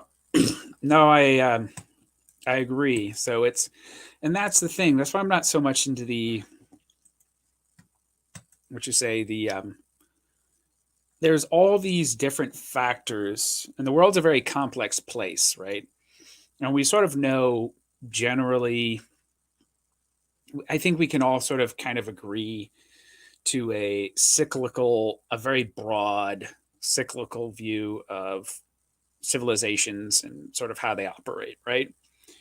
But the problem is knowing exactly where you are in that general cycle, because it's kind of obvious after the fact, right? When it's all said and over and the civilization collapses and it's trying to rebuild, you can be like, oh, this is where this happened. This is where that happened. But while you're living through it, it's not really that clear. So I don't know right now whether the United States is and everything is going to collapse totally. I don't know if we're going to have sort of a rebirth and restoration, and the flame of civilization will be rekindled for another 100 years and then sputter out and then be rebirthed. I don't know. These are or if it's going to be the gay strikes back and we're going to be the globalists win, or any of this stuff. Like, all these sorts of things can happen, but it's not clear in the middle of this process where we are, if that sort of makes sense. So trying to make predictions about, oh, this is definitely going to happen, or that's definitely going to happen, I think are misguided. What's better to do is try to plot out plausible scenarios with sort of the information that we have and the trends that exist, and then try to make decisions for your life accordingly. So then no matter what happens, or if one of these different scenarios plays out, at least you were sort of expecting it to come and you'll be ready for it. And that might mean if a better scenario happens and you've prepared for the worst,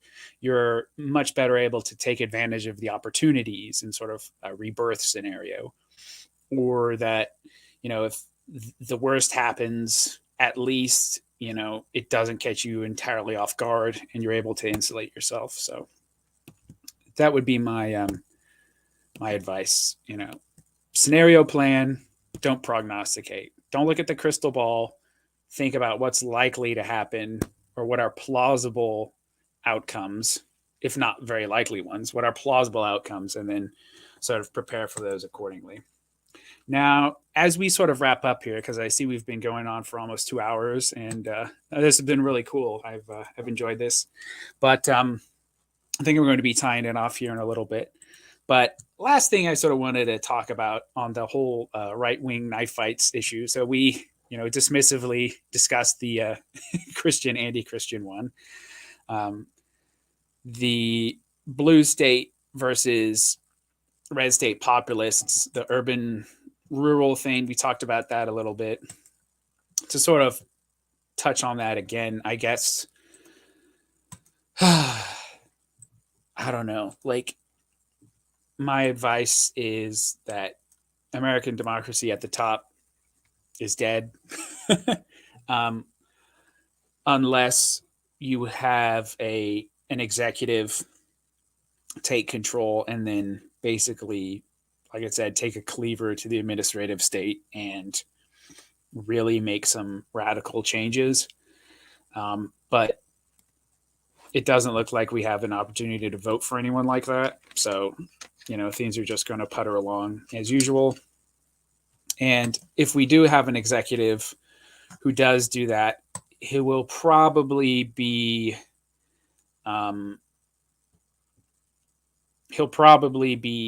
forced to sort of make those choices. So he'll come in not with the intention of doing that, but then kind of like an FDR, when sort of faced with the crisis, he'll have more leeway to sort of make choices. But obviously I hate FDR, but somebody like that who thinks that way, who sort of in the moment of crisis sees an opportunity to make something truly new.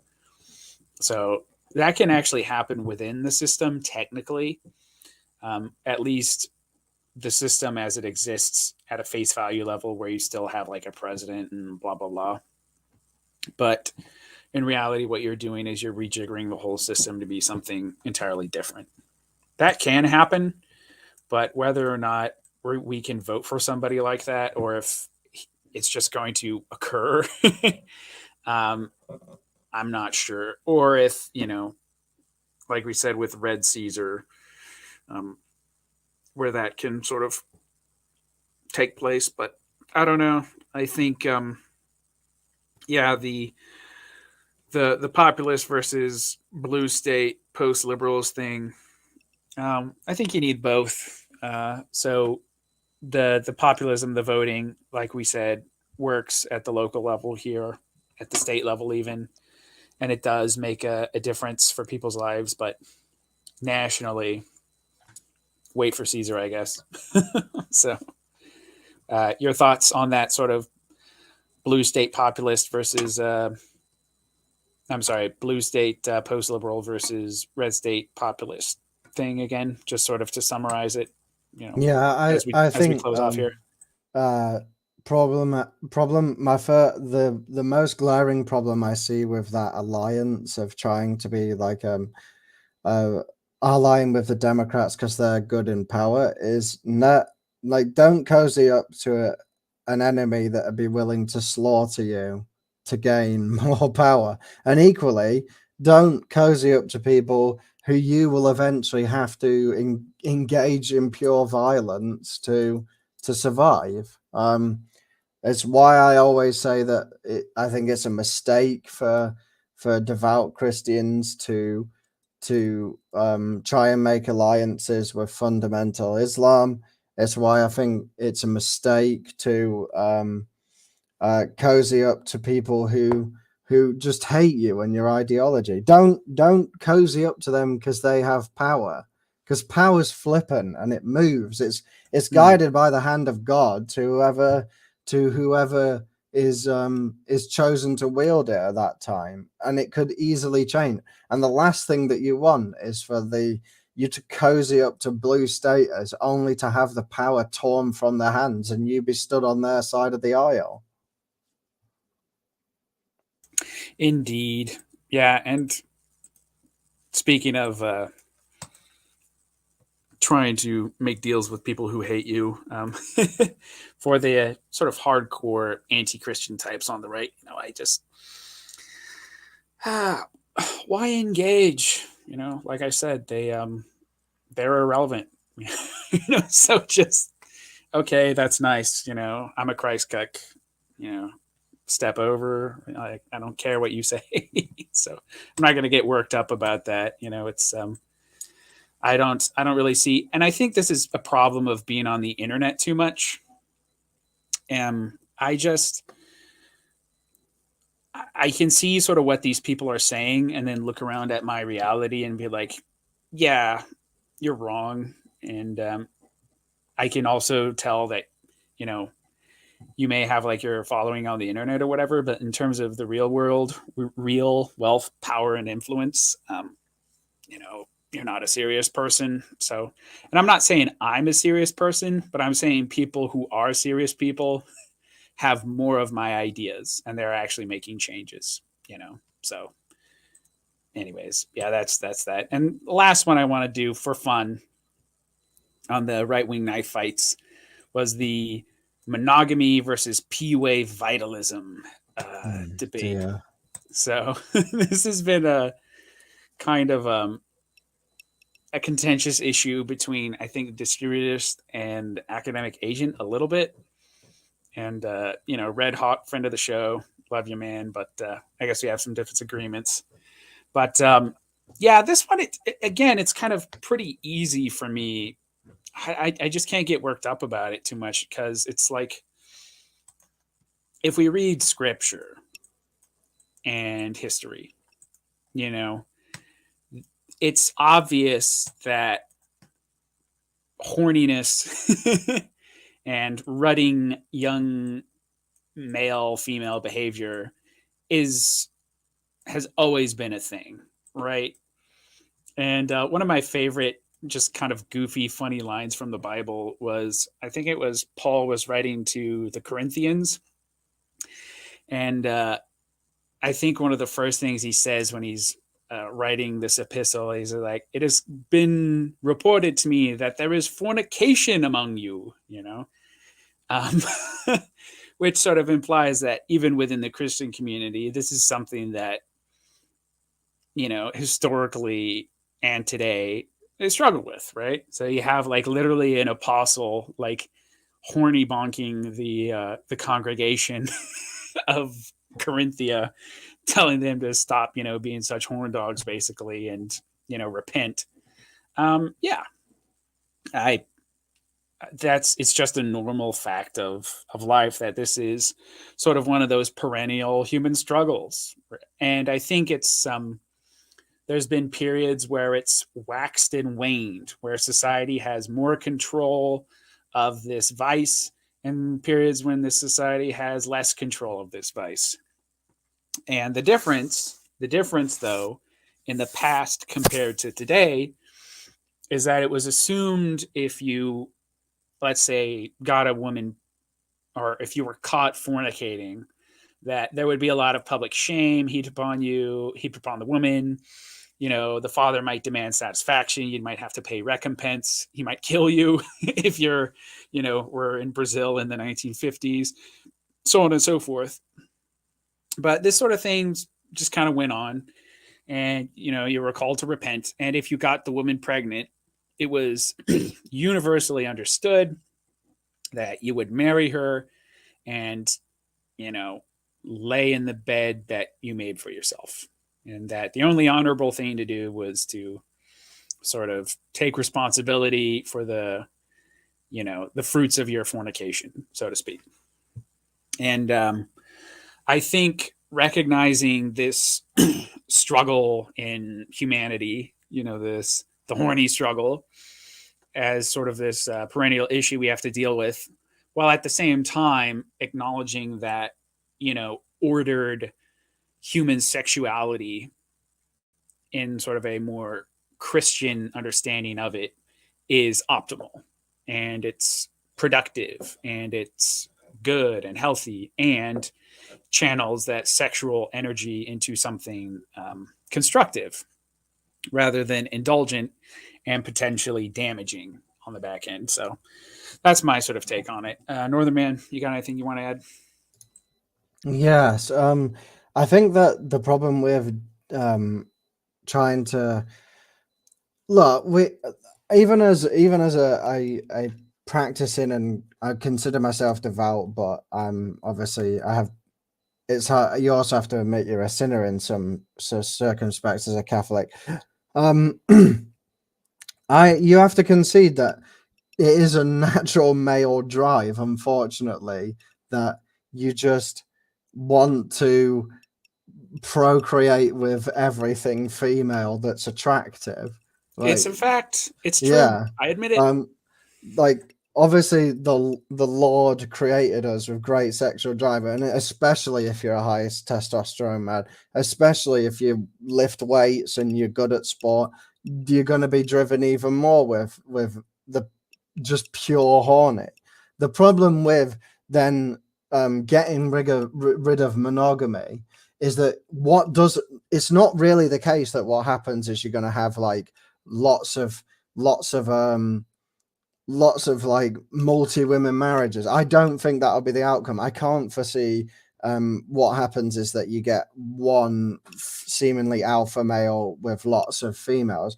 What happens instead is that the male just moves on to female, from one female to the next. And I've seen that. Northern communities are absolutely devastated by this problem of single child households, myself included. If you teach men not to be committed to a woman, more often than not, you're not going to end up with a harmonious polygamous marriage. What you're going to end up with is lots of single mums is the start. Building on that a bit more, I just think that even in the circumstance where you do end up with tightly knit polygamous marriages where the women get on, that also has its problems. What happens if there's one alpha male and 20 beta males? Simple numbers means that eventually the betas will become smart enough to tear the alpha male apart anyway. That is why we ended up with this system of monogamous marriage. It wasn't just guided by God, but guided by God's nature as well. It's much preferable and much less violent if one man is just is committed and devoted to one woman, and then there's no qualms on that, unless there's obviously a shortage of women, and then the same problem occurs. It just doesn't propagate on good social cohesion. If you monopolize a product, it leads to envy, and then envy inevitably leads to violence, essentially, and that happens with anything. No, absolutely. And I mean, if you just look at polygamous societies, right, like Arab guys or like Pakistani dudes, where there's a lot of polygamy going on, what you end up with is societies with a large chunk of men who are just horny, frustrated coomers, essentially. Luckily as well, I'd say that luckily, it's a terrible fact, but in today's society, at least there's some like I forgot the word, like there's a way to get rid of that energy. And in today's society, it's tunneled into degenerate pornography. If you got rid of that, I'm sure you would see social strife eventually in these Arab communities, because I know they banned pornography and everything, and they can still get a hold of it. But if it was just impossible to get a hold of that stuff, horny is a very big driver to turn to violence. Yeah, absolutely. So, yeah, I guess sort of just in summary on this, trad, the trad finger wavers versus the, PUA types is I recognize the reality of human debasement, right? I recognize, as a high T man, I experience this myself. Like I have a very high sex drive. And I recognize that a lot of men aren't going to be able to channel that and maintain it and focus it in a productive way. I recognize that. But at the same time, as a nod to the trads, what does God's word say? He says to be fruitful and multiply. The church wants you to marry one woman and to commit yourself to her and to have family and focus that sexual energy into that. And that should be the norm for society. And, recognizing that, man is fallen and, this is just something we have to deal with. And that, now is a particularly debased age in so many ways. But the past wasn't perfect either, like I said, you literally have one of the apostles to the early church, like telling them to like keep their pants on, or I'm sorry, keep their togas on, rather. Yeah, this is just something we're going to have to deal with. And I think it's more manageable in other times throughout history. I think we were able to deal with this better, but it's always been a problem. And acting like it wasn't and that the past was some, perfect place is misguided. But at the same time, saying that because the past wasn't perfect, therefore we need to like ignore it is also stupid. So, trust in the Lord, but also recognize that people are messed up. So that's it. I would say like it would be hard to justify total monogamy if there was a complete drought of males. So if it was like, if we were living in a society where it was like, let's say 40-60% male female, 30-60, which would really be weird. It would have to be like some catastrophic genocide of the male population. Like, I could perhaps stand on the fact that it would be difficult to justify monogamy in those circumstances, irrespective of Christianity. But that's not a situation we live in. In fact, more often than not, it's been the other way. Like, there's been more men, and that's why you see male-only priesthoods, and why war was a male-only a male-only activity. It's because men were disposable, women were not. We're reaching the point now where we've got such terrible levels of egalitarianism that now not only are men counted on to prove their worth in society, but they're therefore quite inherently worthless. We've now reached the point where we've dragged women down to that level where even women are inherently worthless now. Yeah, that's the big thing, which doesn't get talked a lot about. There's a lot of talk among like PUAs or like MRAs, male rights activists, the red pill dudes and whatnot, about how society, and rightfully so, by the way, degrades men and like puts them low on the social hierarchy and, stacks the deck against them. That's all true. But what really the sexual revolution also did was cheapen women. It turned them into condoms, like walking condoms, basically. So now you have a situation where you have so many like hordes of desperate, neurotic, single women who will never have happy marriages and children, who are ripping this country apart, and who are that way because they believe the lie. And, Chad, they got ran through by Chad, who then moved on and then eventually settled down with somebody younger and prettier and more feminine and more demure, right? So this is bad for everybody, right? It cheapens women. It makes them literally crazy. And for men, it makes it harder for them to pair bond, and also builds a lot of real resentment between the sexes, which shouldn't be there.